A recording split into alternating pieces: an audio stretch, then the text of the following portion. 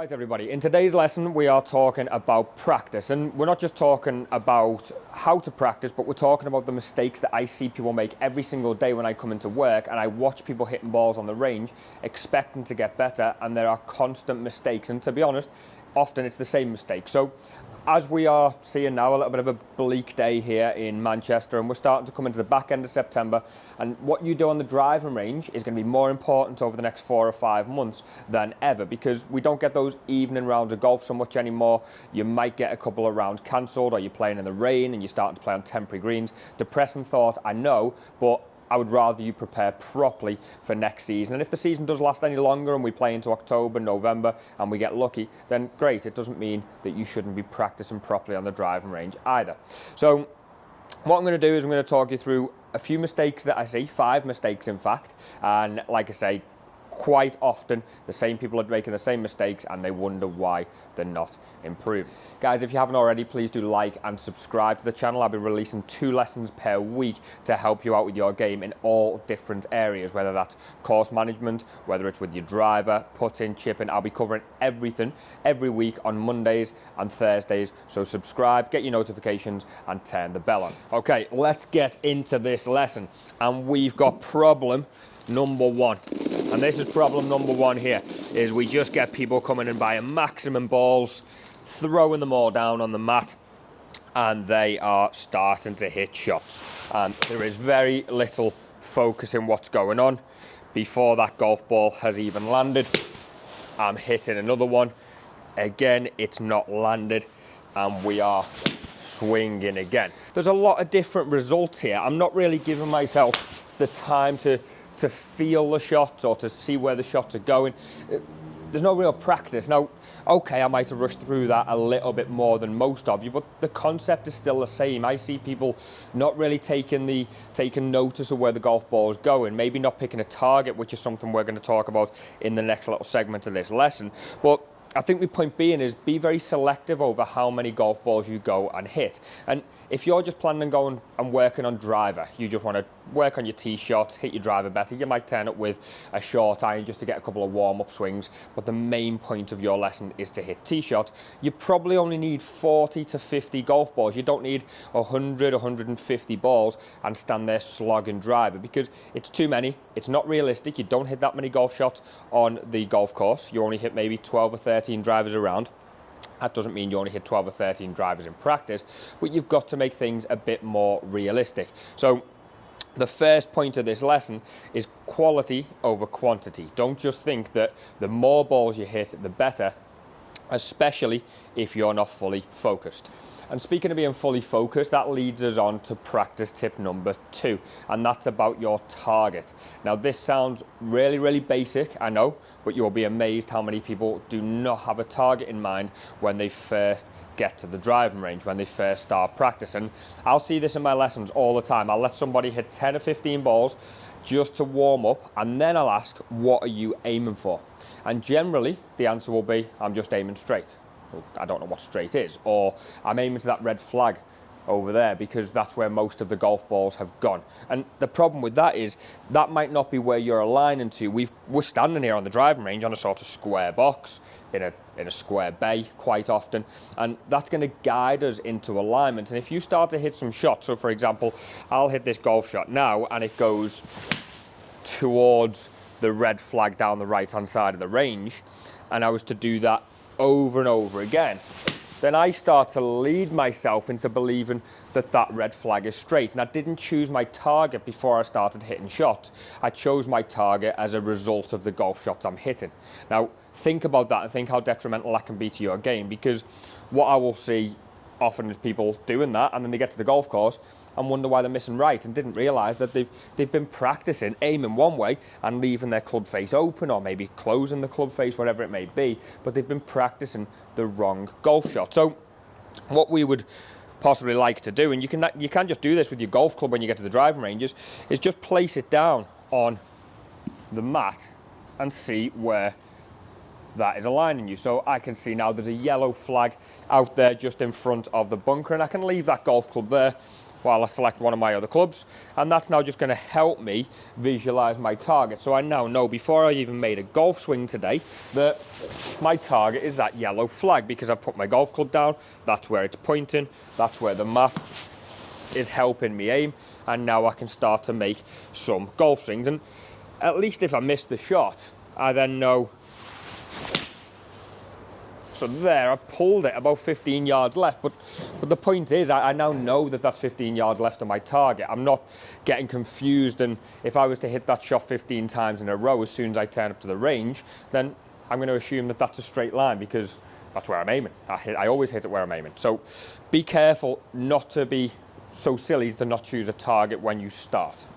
And mistake number 3, we are talking about that word I said at the start of the video, which is intent or intention. And are you turning up to your practice session with an intention in the first place? An example I would always use is if I was to walk into a gym and say to somebody as they walked in for the start of their session, what are you working on today? They would often tell me, oh, I'm trying to get fitter, I'm working on cardio, or I'm trying to work on legs and shoulders today, so that's what I'm going to go and lift weights for.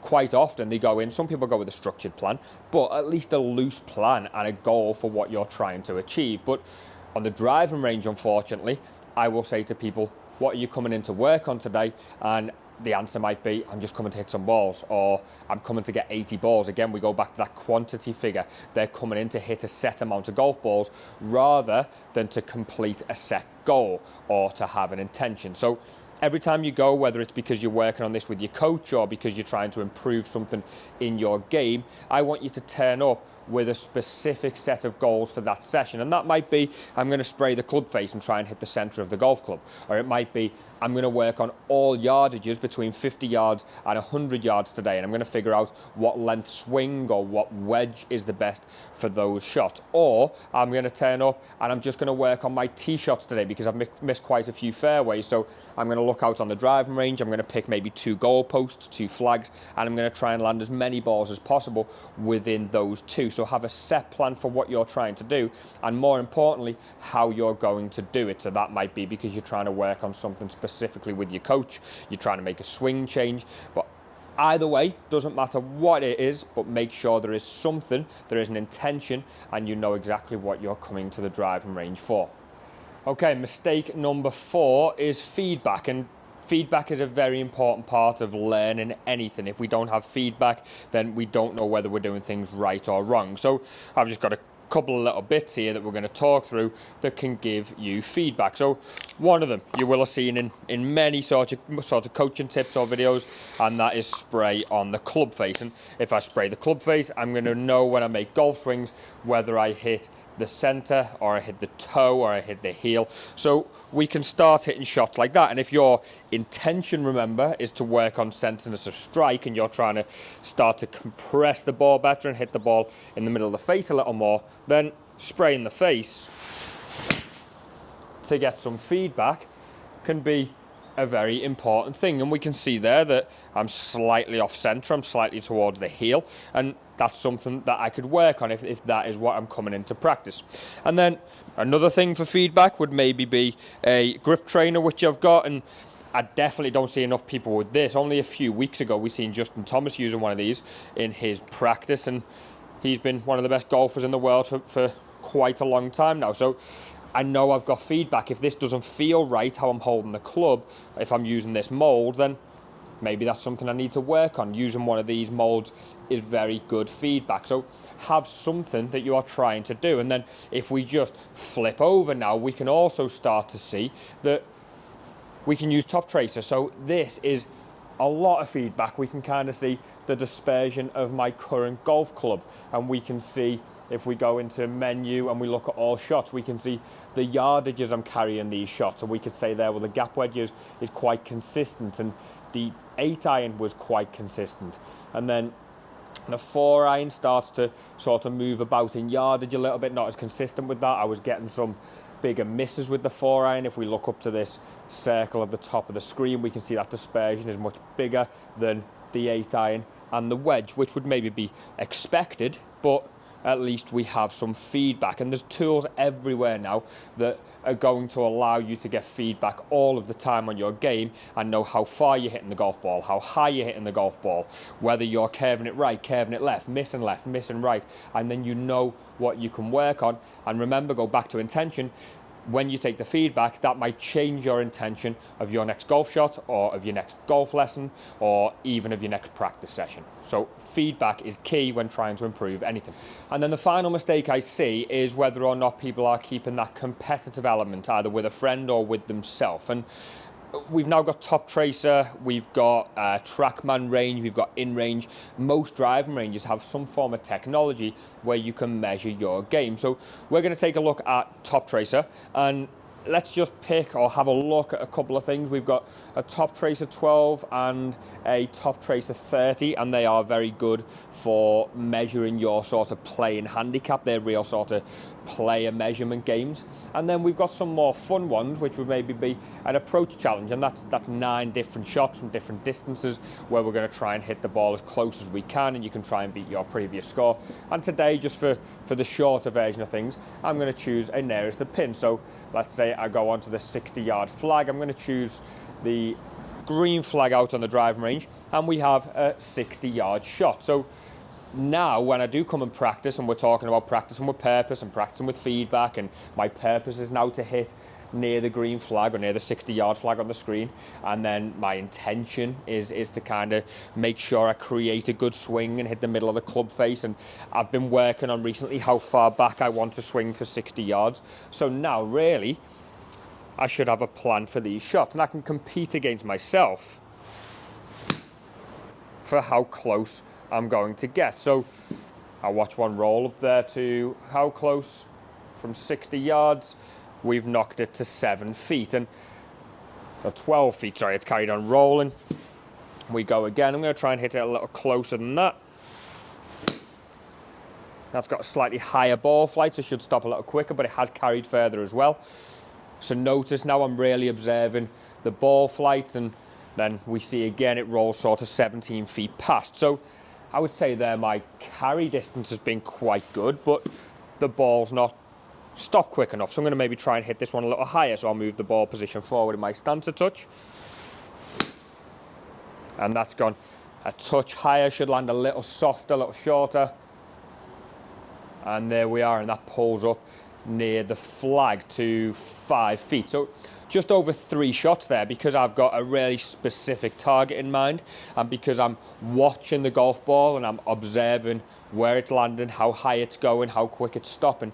That allows me to change my approach and keep my intention every single time I make a golf swing. So keep that competitive element as well. And you see what I've done at the end there is I've sort of merged everything into one. I've chosen a target, I've created a purpose or an intention, I've created a plan for how I'm going to do it, and I know in the past I've practiced that 60-yard shot, and then finally I've made it a little bit competitive. And that's really the sign of a great practice session. That's how we can improve, that's how we can measure ourselves, and it means next time I'm going for my golf lesson, I can say to my coach, I've really improved. These are my old results. Everything was 20 feet away from the flag. Now they're 10 feet away from the flag.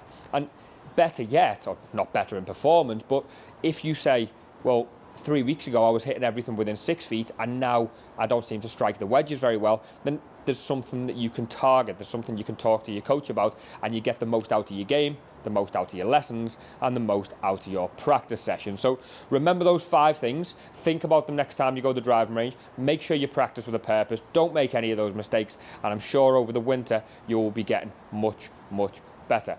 Like I said before, guys, if you haven't subscribed to the channel yet, you haven't liked any videos, then please do. It will massively help your game because you'll get notifications and you'll be able to see lessons every single week. If you do want to come and see me at Trafford Golf Centre in person, then just check the link below, and there's a link there on how to contact me and book in for a lesson in our academy here at the Golf Centre.